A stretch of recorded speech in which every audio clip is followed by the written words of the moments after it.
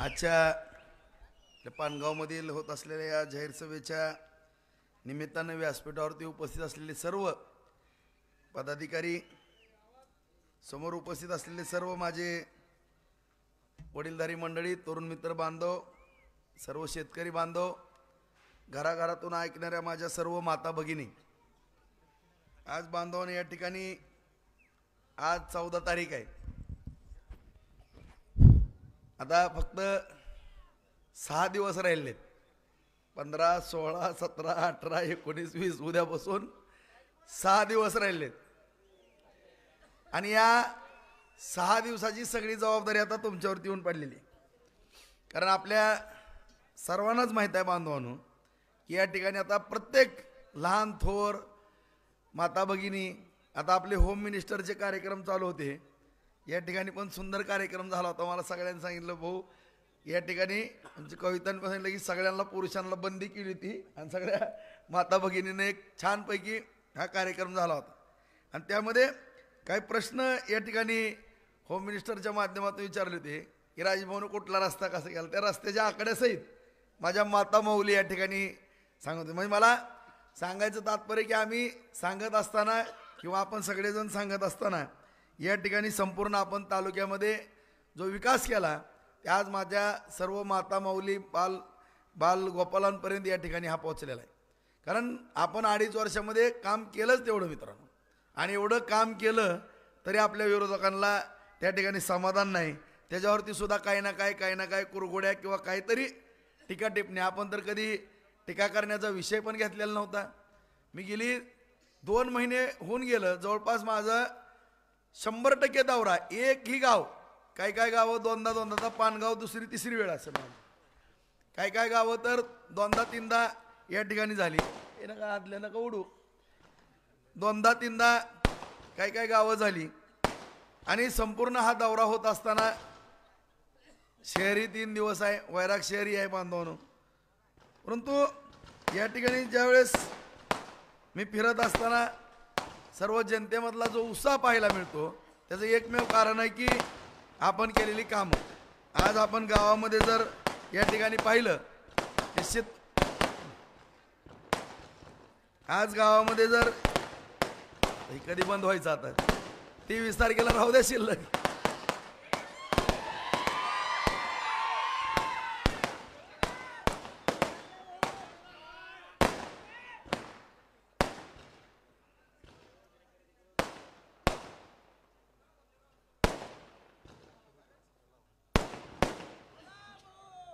होता की 23चा कार्यक्रम आजच चालू झालाय. आज या ठिकाणी आपल्या गावामधली जर परिस्थिती पाहिली बांधवांनो तर आपल्या सगळ्यालाच माहीत आहे. जवळपास गावामध्ये सुद्धा आपण एक सुंदर अशी पाणी पुरवठ्याची योजना, जलजीवन योजना मंजूर केली. 4 कोटी 18 लाख रुपये.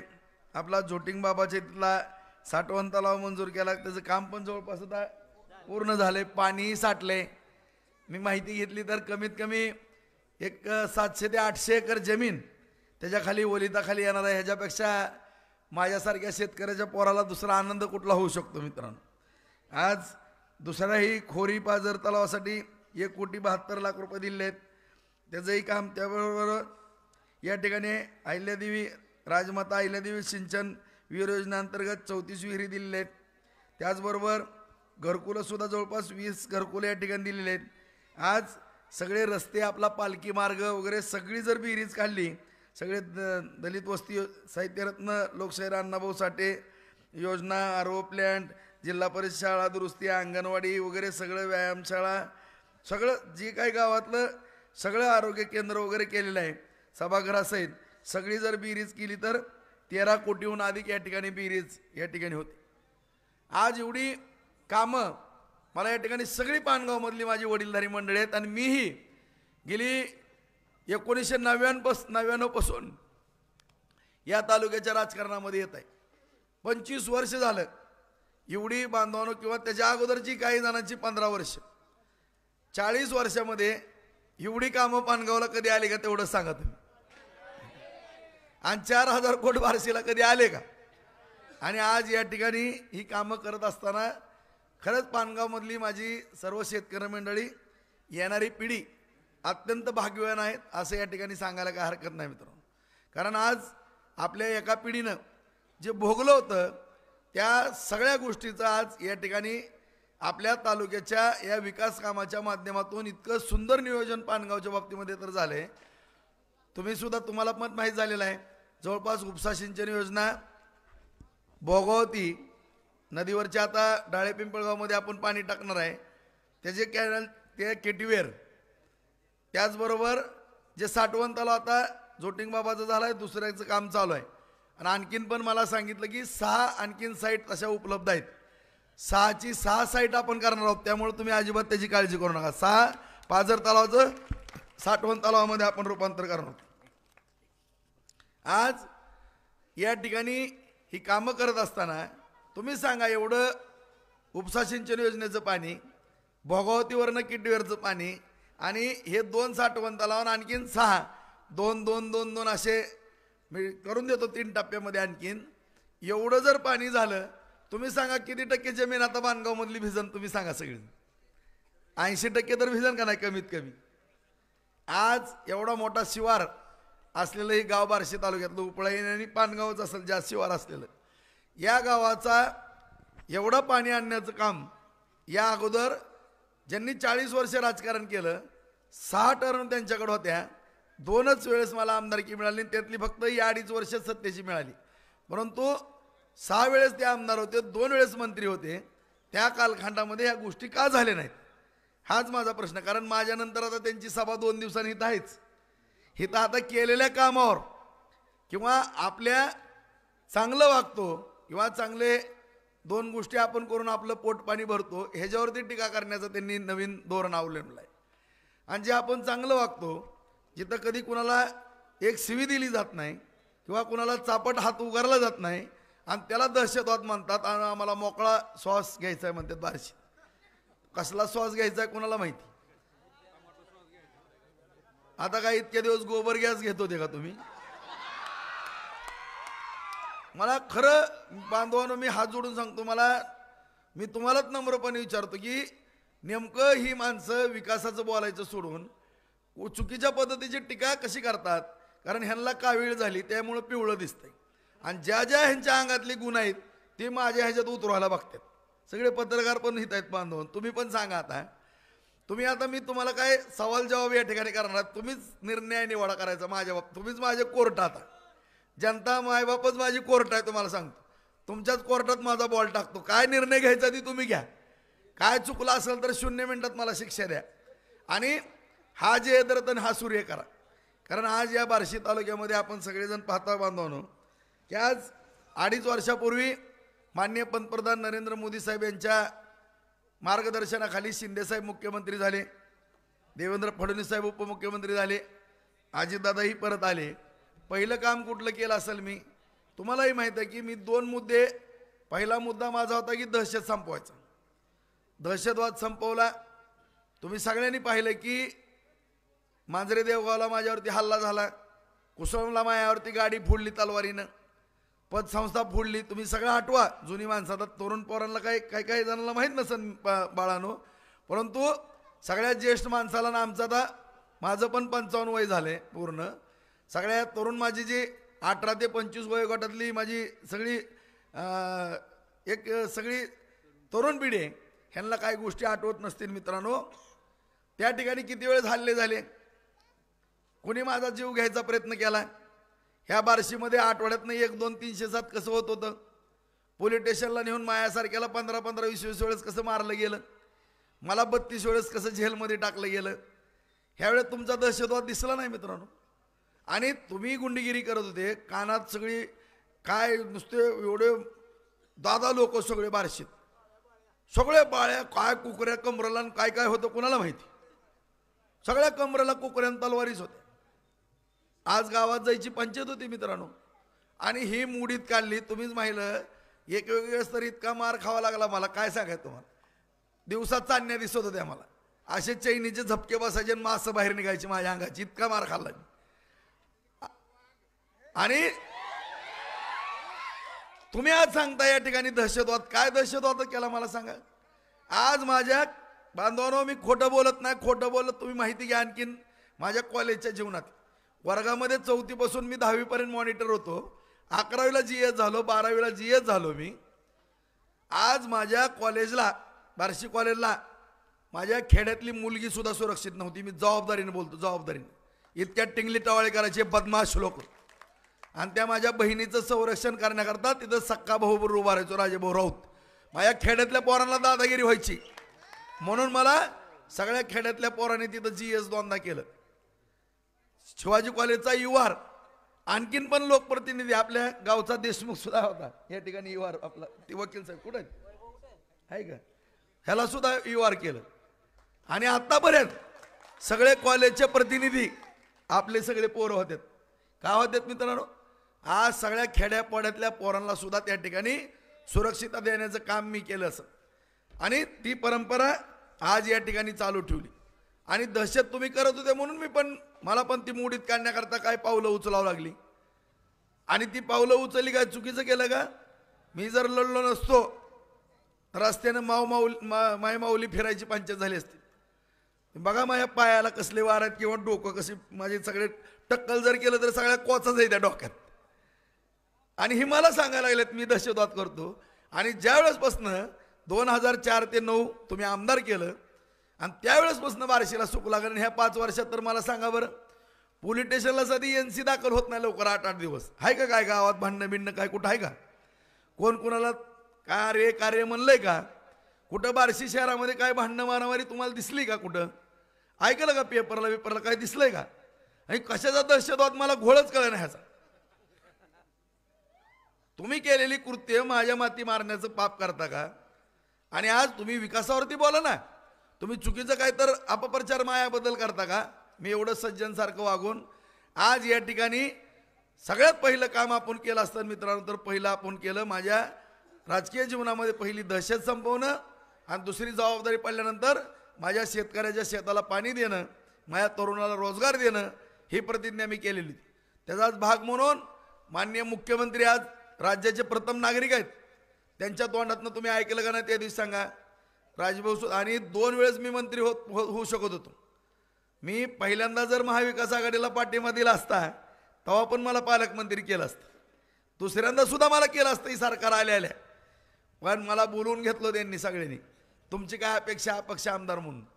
मी म्हणलं मला पाणी आणि MIDC बस, आणि आमच्या तालुक्यातला विकास, मला भानगडीत नकोत असलं. एकतर माझ्यात नीटनेटकं नाही तालुक्यातलं, मी कुठं मी रोज फिरू म्हणलं अख्ख्या महाराष्ट्रात. माझंच घर सुरक्षित नाही, माझीच माणसं नीट नाहीत, माझ्याच शेतकऱ्याच्या शेताला पाणी नाही, आणि माझा शेतकरी सुखी नसताना, माझ्या तरुणाच्या हाताला काम नसताना मी कुठंतरी मिरवत बसणं ही काय मला शोभणारी गोष्ट नव्हती. त्यामुळं सगळ्या गोष्टीचा त्याग त्या ठिकाणी केला आणि पहिलं प्राधान्य दिलं उपसा सिंचन योजनेला. तुम्हाला पण आठवतं की 1996ची योजना ही 28 वर्ष होतात, आता 28 वर्ष या 24 आणि 28 वर्षातली ही योजना 5-10 कोटीच्या वरती पैसे येत नव्हते. 2004 ते 2009लाच 20 कोटी आले होते आपण आमदार असताना. आणि ह्याला थेट 700 कोटीची प्रशासकीय मान्यता. हे तर रेकॉर्ड आकडा खरं आहे, तुम्हाला माहीत आहे. सगळ्यात प्रमाणित त्याच्या 350 कोटीच्या निविदा, सगळं काम युद्ध पातळीवरती चालू.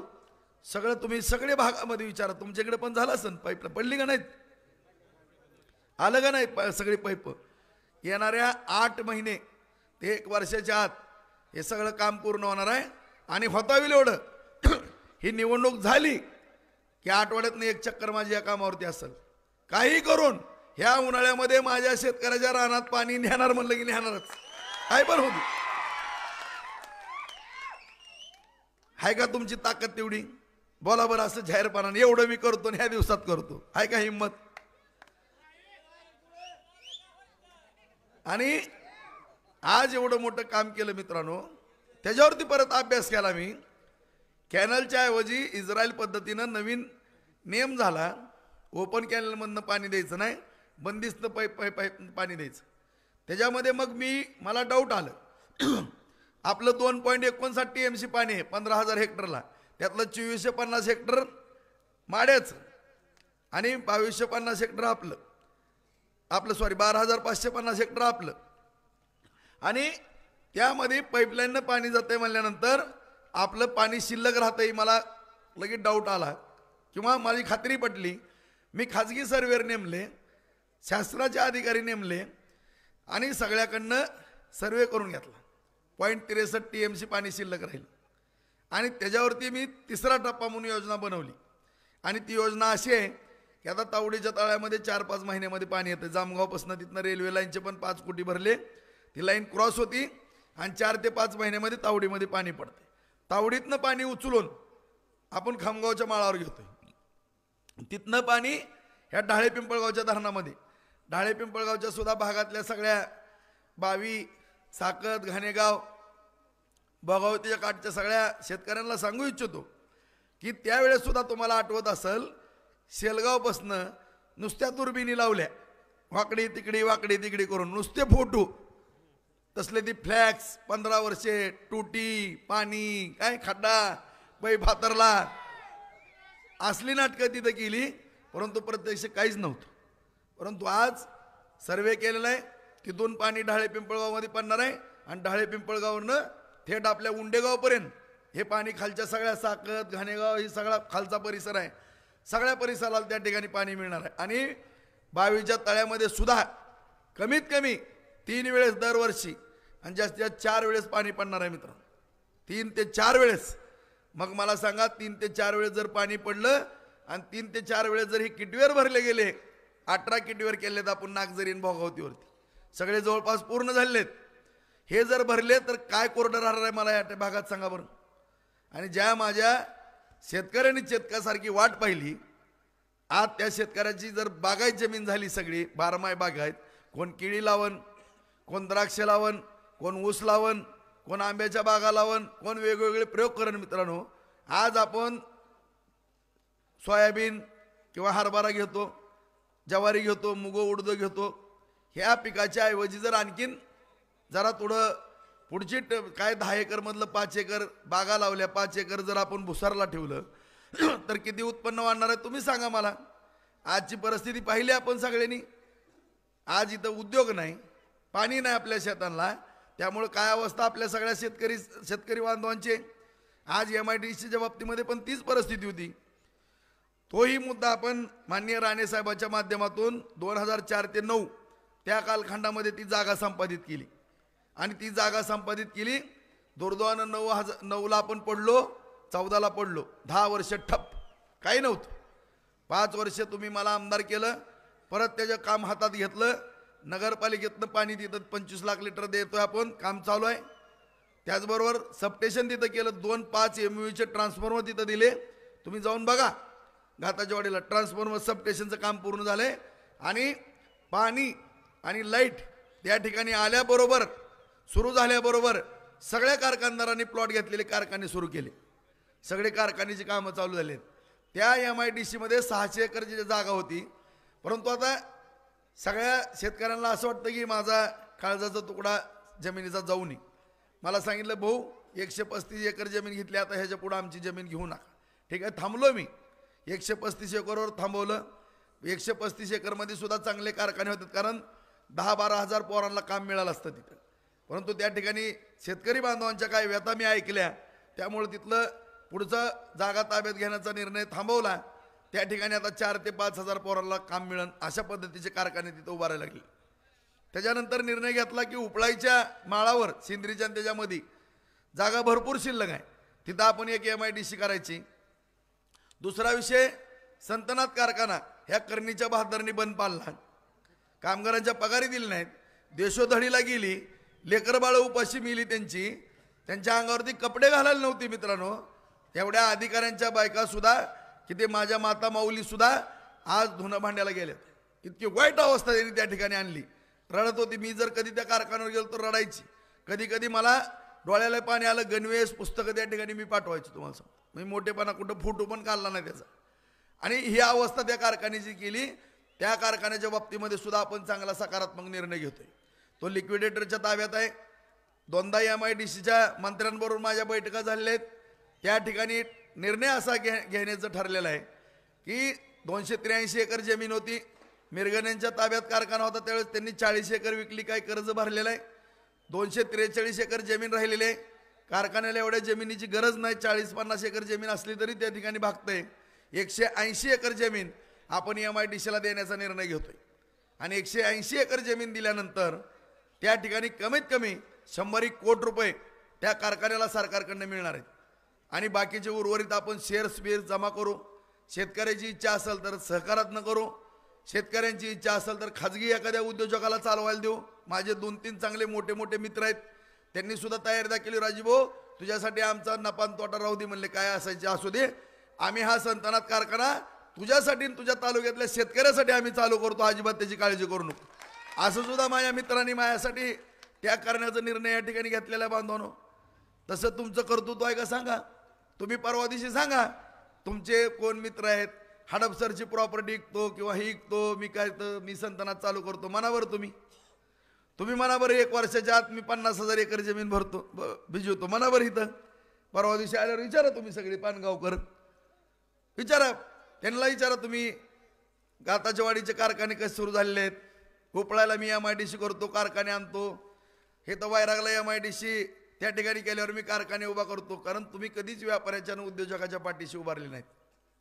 आज या ठिकाणी ज्वारीचे किती उद्योग उभारलेत तुम्ही बघा.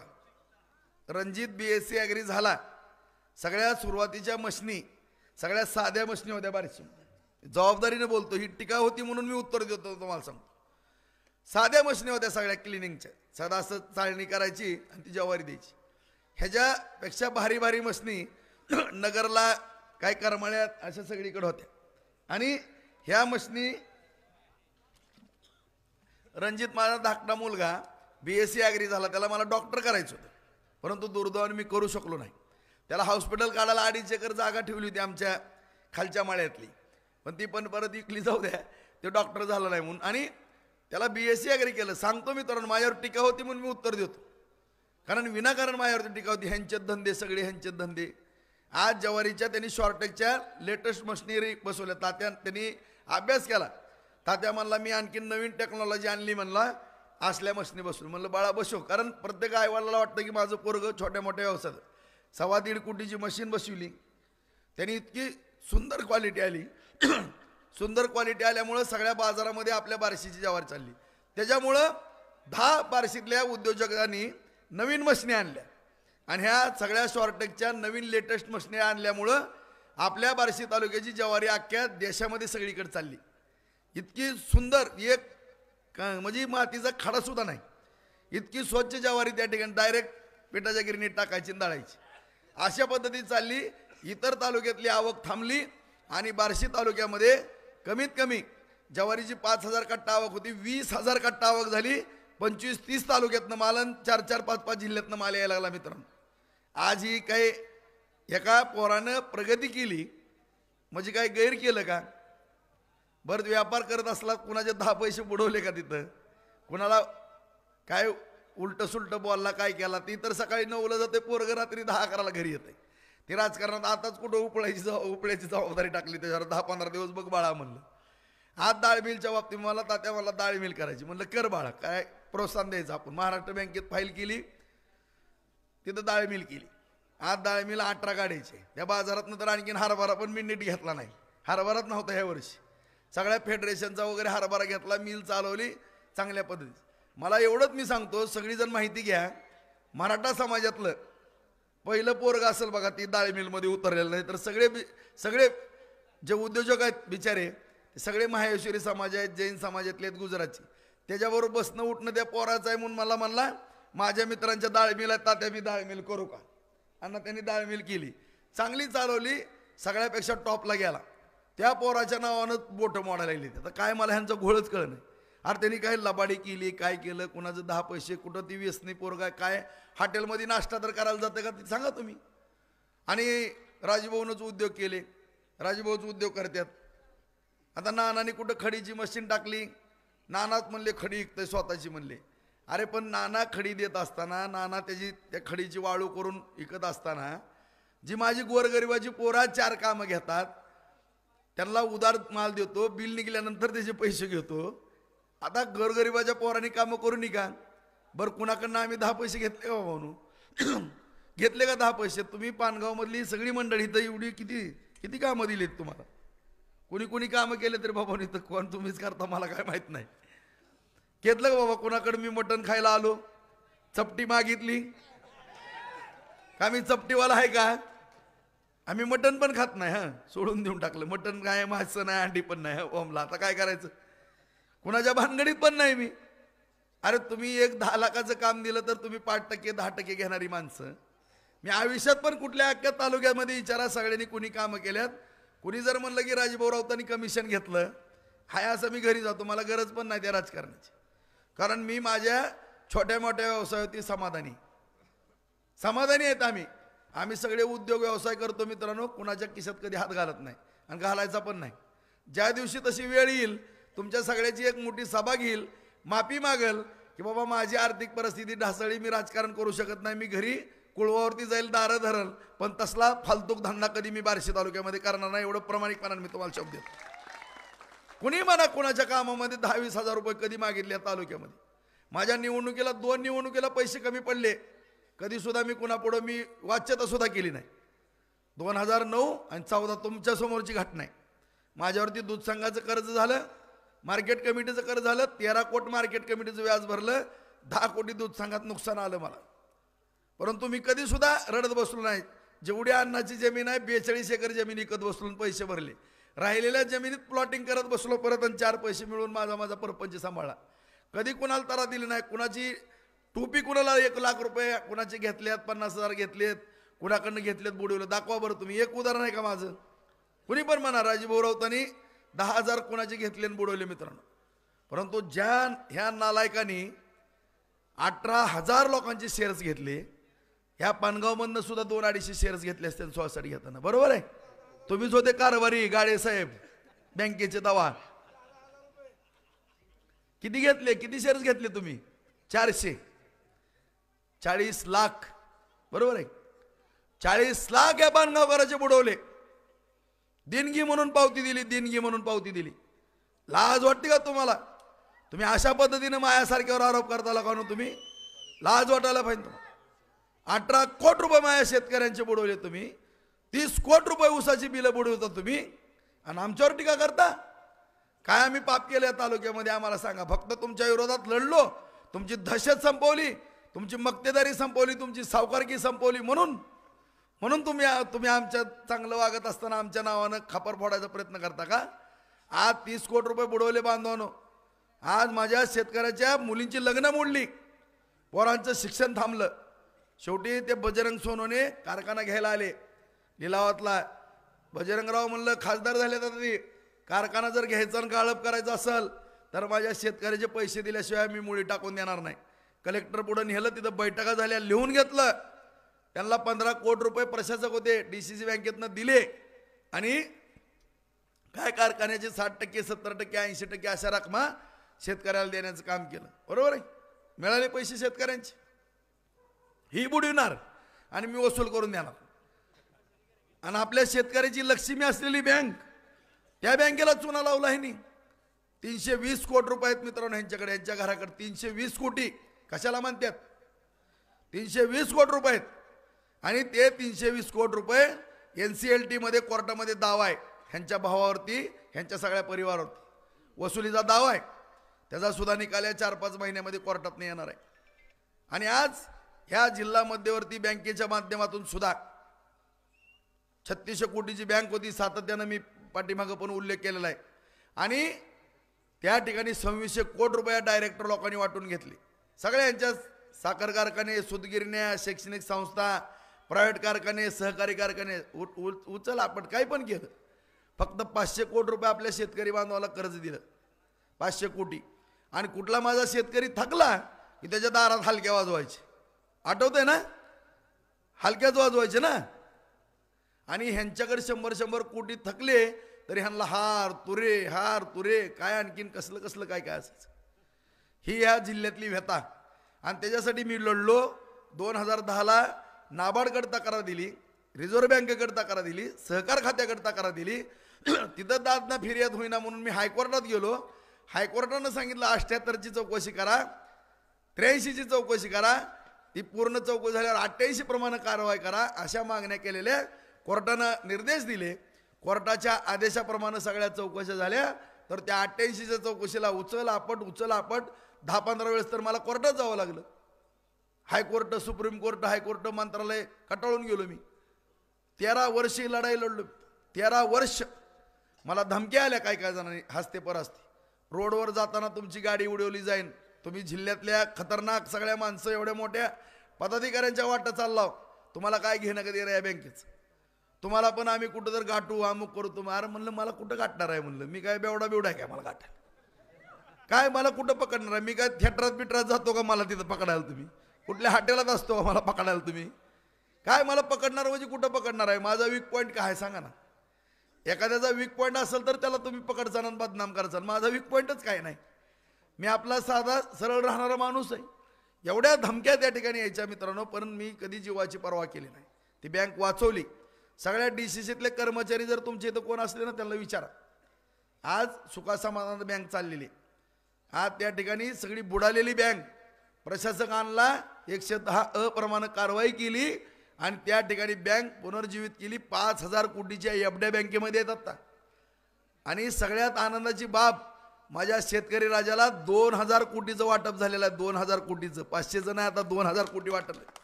आकडा घ्या तुम्ही. सगळ्या बँकेच्या कर्मचारी ह्याला म्हणतात मी आणखीन बाहेरच आहे, कधीतरी बँकेत जातो किंवा फोनवर बँक चालवली, तुम्हाला सांगतो फक्त फोनवर, बरोबर आहे गाडी.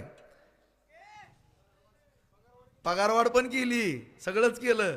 कुठल्या शेतकऱ्याकडनं 5% 2% ती नवजुनं करायला कोणाला घेऊन दिलं नाही.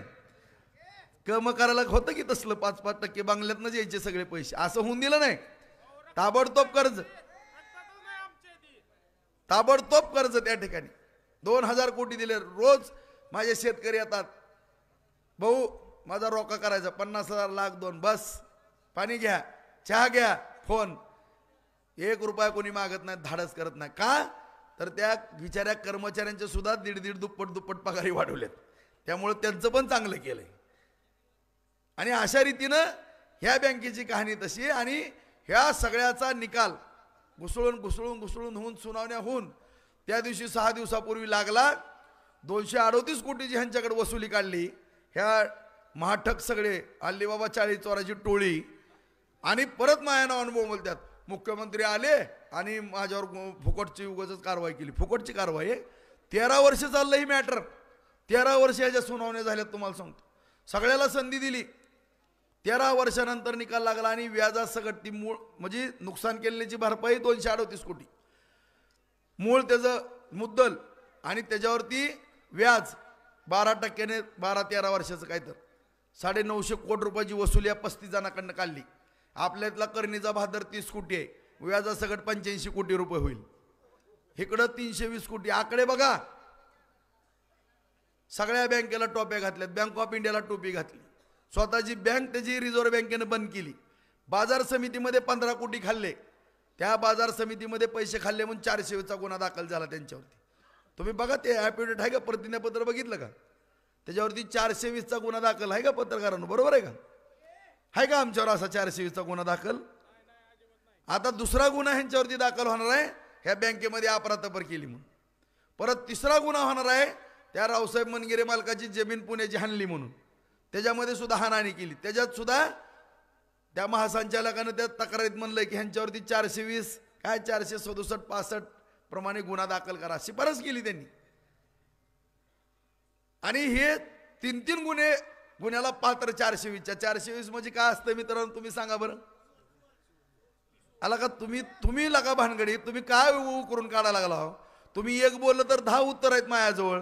मी विकासाच्या दिशेने चाललो, तुम्हाला पण हात जोडले की हात जोडतो बाबांनो, तुम्ही मला काय बोलू नका, मला खोड्या करू नका. मला तालुक्यातला विकास करायचा, माझ्या पद्धतीने बघू द्या. किती विकास करतो आपण या ठिकाणी. मार्केट कमिटीची अवस्था वाईट केली ती, कशी मार्केट कमिटी आहे जाऊन बघा. आज 2 कोटी रुपयाचं उत्पन्न होत नव्हतं. रणवीर चेअरमन केला तुम्ही सगळ्यांनी. 7 कोटी पहिल्यांदा, दुसऱ्या वर्षी 8 कोटी, तिसऱ्या वर्षी 12, चौथ्या वर्षी 12 सव्वा 12, 5व्या वर्षी 12 सव्वा 12 काही तर, आता 13 कोटी रुपये. आणि सगळे रस्ते केले, गटारी केल्या, दिवाबत्ती केली, वैराग केलं.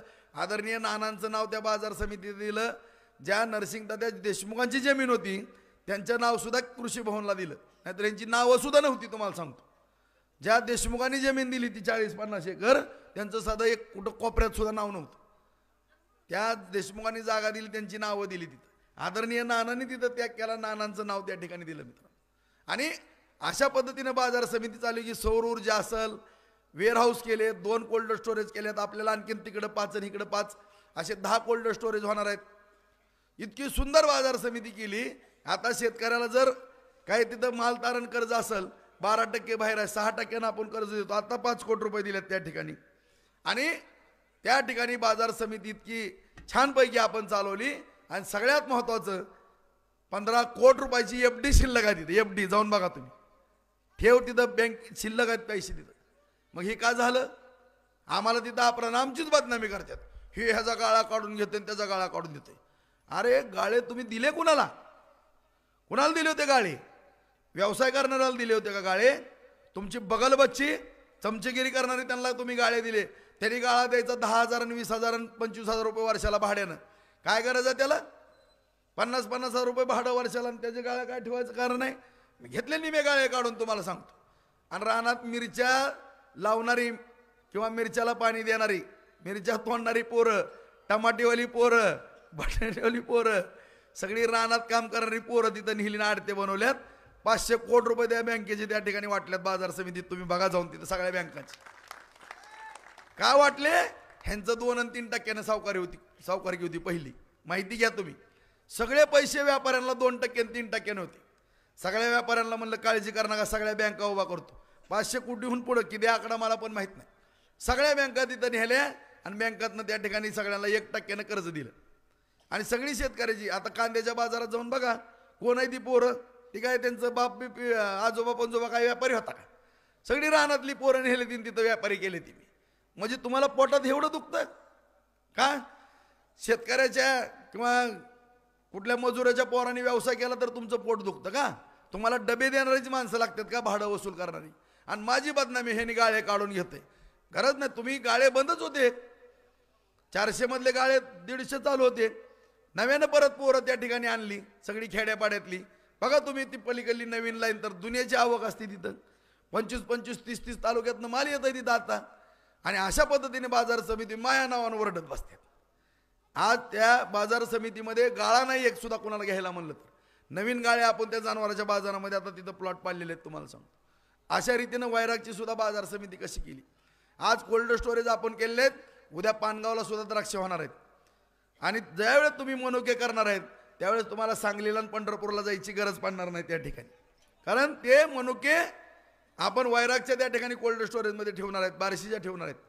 आणि सगळे सांगलीला आणि पंढरपूरला जे व्यापारी येतात किंवा त्याचे लिलाव होतात, ते लिलाव या बार्शीच्या वैराग उपबाजार समितीमध्ये काढलेले तुम्हाला दिसतील. आणि सगळे व्यापारी इथं बोलवायची जबाबदारी माझी असेल. आज चिंचुक्याचा सुद्धा बाजार तुम्ही बघा. 4 चिंचुक्याच्या मिल आहेत मोठ्या. 6 राज्यातनं माल येते. त्यांना GST मोठ्या प्रमाणामध्ये लागला होता. केंद्र सरकारकडनं, कराड साहेबांकडनं, राणे साहेबांकडनं, केंद्र सरकारकडनं GST मी माफ केला. ते कारखाने वाचवले.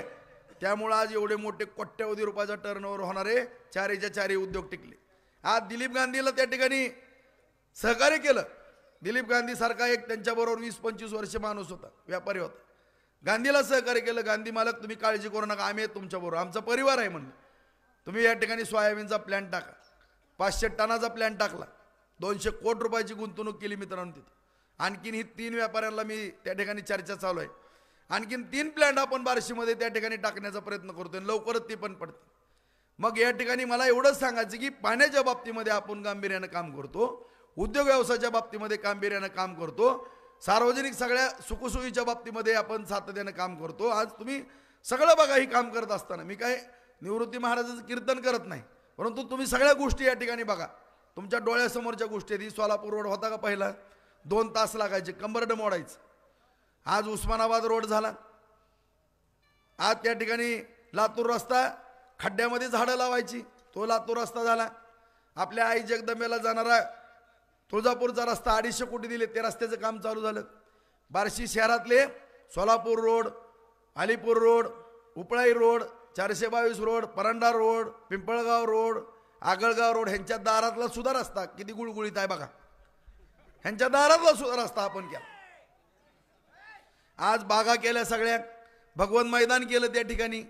आज आपल्या छत्रपती शिवराय जे आपला आदर्श आहे मित्रांनो, त्यांची सुद्धा शिवसृष्टी केली. बघा तुम्ही कशी दिसते ती नगरपालिकेपुढं, किती छान दिसतंय. रोज 400-500 जण फोटो काढायला जातात. किती माझ्या राजांचा पुतळा वगैरे किती दिमागात उभा केला त्या ठिकाणी. 25 वर्षाची मागणी होती, ती सुद्धा पूर्ण केली. आज या गावामध्ये सुद्धा माझे शहीद सैनिक आहेत, त्यांचं सुद्धा किती 4 आहेत. या गावामध्ये फार मोठी परंपरा आहे सैनिकांची. आज आपण त्यांच्या जीवावरती मित्रांनो, ते बॉर्डरवरती लढतायत म्हणून आज आपण त्यांच्या जीवावरती या ठिकाणी सुखासमाधानाने झोपतो. त्यांची आठवण व्हावी म्हणून महाराष्ट्रामध्ये तालुका प्लेसला पहिलं शहीद स्मारक त्या ठिकाणी केलं. तुम्ही जाऊन बघा किती सुंदर आहेत. सगळे माजी सैनिक त्या ठिकाणी कुटुंबासहित त्या ठिकाणी आले होते. आणि विशेष म्हणजे पाकिस्तानच्या युद्धामधला रणगाडा सुद्धा नगरवरनं आणला. त्या ब्रिगेडरला सुद्धा चांगलं वाटलं. ह्याला एक आमदार किती तळमळीनं काम करतंय. शहीद स्मारक किती मध्यवर्ती जागेमध्ये किती सुंदर आहे, तिथे जाऊन बघा. आज तो आदर्श माझ्या तरुण पिढीला, कारण अकॅडमी 16 चालू आहेत आपल्या बार्शीमध्ये. सगळ्याला वाटलं पाहिजे मी सैन्यामध्ये गेलं पाहिजे, मी पोलीस दलामध्ये गेलं पाहिजे. तो आदर्श एक तरुणांसमोर ठेवण्याचं काम त्या ठिकाणी केलं. आज मुस्लिम समाज पण या ठिकाणी असेल, त्यांना पण सांगतो मित्रांनो, तुम्ही बघा जाऊन. आज नायकवाडींचा ईदगाव होता. प्रत्येक पैगंबर जयंतीला किंवा ईदला नमाजाच्या निमित्तानं मारामाऱ्या व्हायच्या सुन्नी आणि तबलिकीमध्ये. कधी वाद मिटवला नाही 40 वर्षामध्ये ह्या महाशयाने. ह्याच्या दारात वाद जायचा. माझ्यासमोर वाद आला 2-3 वेळेस. मी विचार करत होतो की ह्याला मार्ग काय काढायचा. 422ला 1 एकर जागा दिली. तिथं एक ईदगाह सेपरेट केला. सुन्नीवाले तुम्ही इकडे करा, तबलिगीवाले तुम्ही इकडे करा. 2 ठिकाणी आज नमाज पडली जातात. सगळ्या मुस्लिमातली भांडणं सुद्धा मिटवली. आज कुठलंही भांडण नाही. आज माझ्या दलित समाज बांधवांच्या बाबतीमध्ये त्यांची पण मागणी होती की बार्शीमध्ये बुद्धविहार करायचं. त्याला सुद्धा नागपूरच्या धर्तीवरती सुंदर एक प्रतिकृती इतकी छान बनवली. त्या ठिकाणी 1 एकर 10 गुंठे जागा दिली. गार्डन आणि बुद्धविहार सुंदर असं. डॉक्टर बाबासाहेब आंबेडकरांची आठवण किंवा बुद्धांची आठवण म्हणून बुद्धविहार त्या ठिकाणी करतोय. कोर्टाच्या समोर त्या ठिकाणी नवीन जी कोर्टाची इमारत आता चालू आहे त्या ठिकाणी करतोय. सगळ्या समाज बांधवाला सभागृह दिली. 8 गुंठे जागा, 10 गुंठे जागा. जेवढे समाज माझ्या पुढे आले 75-80% या तालुक्यातल्या समाजाला त्या ठिकाणी सभागृह दिली. त्यांची छोटे मोठे कार्यक्रमाने सगळ्याला बरोबर घेतलं. आणि सगळ्यात विशेष म्हणजे तुम्ही तिथं लिंगायत स्मशान भूमीचं सुद्धा डेव्हलपमेंट 2.5 कोटी रुपये तिथं मी दिले. कधी ह्यांना लिंगायत समाजाचा सुद्धा इसर पडला होता. लिंगायत कोष्टी, लिंगायत तिली, लिंगायत गवळी या सगळ्याला सभागृह तिथं दिली. जागा दिल्या. आगळगावला लिंगायत समाजाला सभागृह दिलं. कधी मी कुठला जातीवाद केला नाही. आणि अशा रीतीने या ठिकाणी प्रत्येक समाजाला बरोबर घेऊन काम करण्याचा त्या ठिकाणी प्रयत्न केला. आज कोर्टाच्या बाबतीमध्ये सुद्धा इथं वकील मंडळी बरीच आहेत. किती वर्ष ती पाखरं कशी हाकते ती वरनं बघितलं कोर्टात. येतं किती जण जाते ती कोर्टात. हळू त्या वकिलांना सुद्धा बसायची पंचायत. म्हणजे इतकी दुर्गंधी तिथं घाण घाण. त्या कोर्टाची इमारत 25 वर्षापासून तशीच पडली होती. ITच्या समोर आता जवळपास 80 कोटीची इमारत. इथे 120 कोटीची इमारत आहे. मला सुद्धा आकडे कळत नाही, आता डोक्यातच राहिले. बघा तिथं इमारत. आणि 3 तालुक्याचं ती कोर्ट आहे. माडा, करमाळा आणि बार्शी. किती सुंदर त्या ठिकाणी इमारत व्हायला लागली. तुम्ही तिचं डिझाईन वगैरे बघा. आज आपल्या सगळ्या गोरगरिबांना सुद्धा, गोरगरिबांच्या बाबतीमध्ये सुद्धा 2 हॉस्पिटल आपण या ठिकाणी मंजूर करून घेतली. एक बार्शीला ग्रामीण रुग्णालयाच्या ऐवजी उपजिल्हा रुग्णालय. त्या ठिकाणी 30 कोट्याच्या ऐवजी आता 100 कोटी झालेत. बिल्डिंगचं काम चालू आहे. 50-60% काम झाले. 25 जणांचा स्टाफ होता. 5 डॉक्टर होते. आता नव्यानं 25 डॉक्टर आणि 125 लोकांचा स्टाफ मंजूर केला आहे. त्यामध्ये MRI, CT स्कॅन, एक्सरे, सगळ्या तुमच्या रक्ताच्या वगैरे सगळ्या चाचण्याच्या मशिनी त्या उपजिल्हा रुग्णालयामध्ये असणार आहेत. कुठलंही ऑपरेशन राहू द्या, माझ्या शेतकऱ्याला गोरगरिबाला 1 रुपयाची सुद्धा फी लागणार नाही. मोफत उपचार त्या ठिकाणी. या आरोग्याच्या बाबतीमधलं काम. त्याला चिटकून 43 कोटीचं आणखीन एक क्रीडांगण मंजूर करून घेतलेलं आहे. माझे विद्यार्थी, माझे खेळाडू त्या ठिकाणी घडावे म्हणून. आज बसस्थानकमध्ये सुद्धा आपण गेलो, सगळ्याला वाटतं की बार्शी एवढी सुधारली, बसस्थानक का आपलं चांगलं नाही. त्याला सुद्धा 15 कोटी मंजूर करून आणल्यात आता. बरोबर आहे. 15 कोटी इतकं सुंदर. आणि त्या 3 एकर जागेवरती बसस्थानक होणार आहे. शॉपिंग सेंटर होणार आहे सुंदर. आणि पुढं यशवंतनगरला 12 एकर जागा ठेवली त्या STच्या डेपो करता. ही लागती दूरदृष्टी. तुमची कुठली दृष्टी आहे मला तेवढी सांगा. संध्याकाळची दृष्टी ह्याच्याकडेच असते फक्त, आणि टांगटिंग ह्याच्याशिवाय तुम्हाला काय कळत नाही. उगा आमच्या नावानं खापरं फोडायची. अरे बंद करा. तुम्ही ह्या वयात तरी तुम्ही चांगला आशीर्वाद द्या. बरं दिला तुम्ही एकदा जगदाळे मामांच्या कार्यक्रमाला, कार्य सम्राट आमदार राजाभाऊ राऊत म्हणले, पण तुम्ही परत कुठनं बिघडले तुम्ही. इतकं काम करतोय कधीतरी म्हणा ना बाबा, हाय राजाभाऊ राऊत यांनी काम केलं, थोडं तरी शाबासकी आम्हाला द्या. तुमच्या वयाचा आम्ही आदर करतो. मग तुम्ही जर आम्हाला काय बोलायला लागले तर आम्ही काय ग बसणार आहे का. आणि ह्या सगळ्या गोष्टी करत असताना आपण व्यक्तिगत कामात करता कुठं कमी पडलो तुम्ही सांगा. आज या ठिकाणी सरकार सुद्धा आपल्या मुलींना शिक्षण मोफत केलं का नाही. SCBCचं मराठा समाजाला शिक्षण मोफत केलंय. आज आपलं वीज बिल माफ केलंय. नव्यानं वीज बिल आपल्याला येणार नाही. वस्तुस्थिती आहे, बरोबर आहे का नाही. सगळ्या घोषणा आलं का बिल आता. आणि ह्यांच्या काळात मी सुरुवातीला आमदार झालो होतो. या 2.5 वर्ष मुख्यमंत्री होते. 3,000 भरा नाही तर 5,000 भरा नाही तर कनेक्शन कट. डेपो तोडले का नाही कनेक्शन. कोणी तोडली. DP कोण तोडत होतं. DPवरची कनेक्शन ही तोडत होती. महाविकास आघाडीच्या सरकारमध्ये शेतकऱ्याचे वीज कनेक्शन कट करण्याचं काम केलं. आणि ह्या महायुतीच्या सरकारनं त्या ठिकाणी वीज बिल पूर्ण माफ केलं. नव्यानं बिल येणार नाही. आणि तुम्हाला आवर्जून जबाबदारीने बोलतो मी, नव्यानं केंद्र सरकारच्या मदतीनं 2 वर्षातलं मिशन आहे. 2 वर्षामध्ये 14,000 मेगावॉट लाईट तयार होणार आहे. 14,000 मेगावॉट सौर ऊर्जावरती. जशी आता इथं तुमची 1,000 एकरावरती झाली ना, चालू आहे काम, तसं 14,000 मेगावॉट वीज सरकार तयार करते केंद्र सरकारच्या मदतीनं. कशासाठी करणार आहे माहिती आहे तुम्हाला. माझ्या शेतकऱ्याला रात्रीचं दारं धरायचं बंद होणार आहे. दिवसा लाईट देण्याचा निर्णय या ठिकाणी महायुती सरकारने घेतलेला आहे. 70 वर्ष झालं आपण रात्रीचे दारं धरतोय.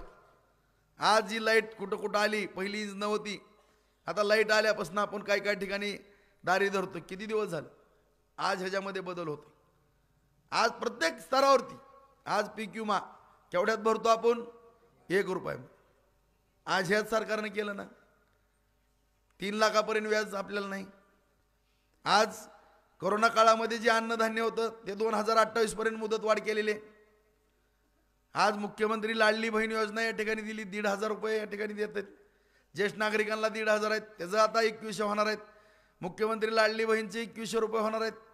आज तुम्हाला सुद्धा 470 कोटी रुपये. तुम्ही पासबुक बघा या 5 वर्षातली. सततचा पाऊस, अतिवृष्टी, दुष्काळ, पीक विमा, फळबागाचं अनुदान, सगळा आकडा बघा तुम्ही कृषी खात्याकडनं घ्या. 470 कोटी रुपयाचं अनुदान आणून देण्याचं काम केलं. ती मोजाकच दुष्काळात केला कन्वर्ट, परत मोजाक नाव होतं. आणि 470 कोटी रुपये तुम्ही पासबुक बघा बांधवानो तुमची, बघा तुमची. ह्याच्या अगोदर आले का. तवा दुष्काळ नव्हता का. होता का नाही. तवा सततचा पाऊस होता. तवा अतिवृष्टी होती. सततच्या पावसाचा जर कायदा झाला आपल्या बार्शीमुळं. ज्या पद्धतीनं आदरणीय नाना निंबाळकरांनी ज्यावेळी दुष्काळ पडला त्या गोडवांवरती गेले, 8 हुतात्मे झाले. आणि लोकाला अन्नधान्य नाही याकरता रोजगार हमीचा कायदा झाला त्या ठिकाणी. आणि तो देशाने उचलला. त्या धर्तीवरती सततचा पाऊस म्हणून मी पत्र दिलं. कारण 65 मिलीचा पाऊस झाल्यावरच आपल्याला नुकसान मिळत होतं पूर्वी. पण रोज 25-25, 20-20 मिली जर 5 दिवस पाऊस पडला तर तो 100 मिली असायचा. त्याला गृहीत धरलं जात नसायचं. ही बाब निदर्शनास आणली मी फडणवीस साहेबांच्या. त्याच्यावरती सही घेतली. ती फाईल फिरली आणि फाईल 110 कोटी रुपये आपल्या बार्शीला मिळाले. आणि ह्या 110 कोटीमुळं संपूर्ण महाराष्ट्रातल्या राज्यातल्या माझ्या शेतकरी बांधवांना 12,000 कोटी रुपये सततच्या पावसाचे द्यावे लागले. आणि तो आता कायदा तयार झालाय. अतिवृष्टीबरोबर तोही कायदा या ठिकाणी अंमलात आला. सततच्या पावसाला सुद्धा गृहीत धरायचं. हे काम करण्याची पद्धत आहे. आज प्रत्येक स्तरावरती आपण काम करतोय. आज भविष्य काळामध्ये तुम्ही आठवत असेल मी पत्रकार परिषद घेतलेली ज्यावेळेस मुख्यमंत्री लाडली बहीण योजना आली.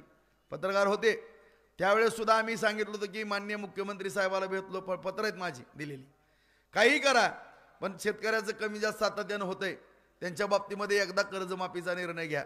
ते सुद्धा या जाहीरनाम्यामध्ये महायुतीनं कर्जमाफी करणार अशा पद्धतीची घोषणा केली आणि होणार पुढच्या या सरकार आल्याबरोबर. आज आणखीन कुठले निर्णय घ्यायचे मला सांगा बांधून. आज सगळ्या स्तरावरती निर्णय या ठिकाणी घेत असताना विरोधक या ठिकाणी टीका करतात.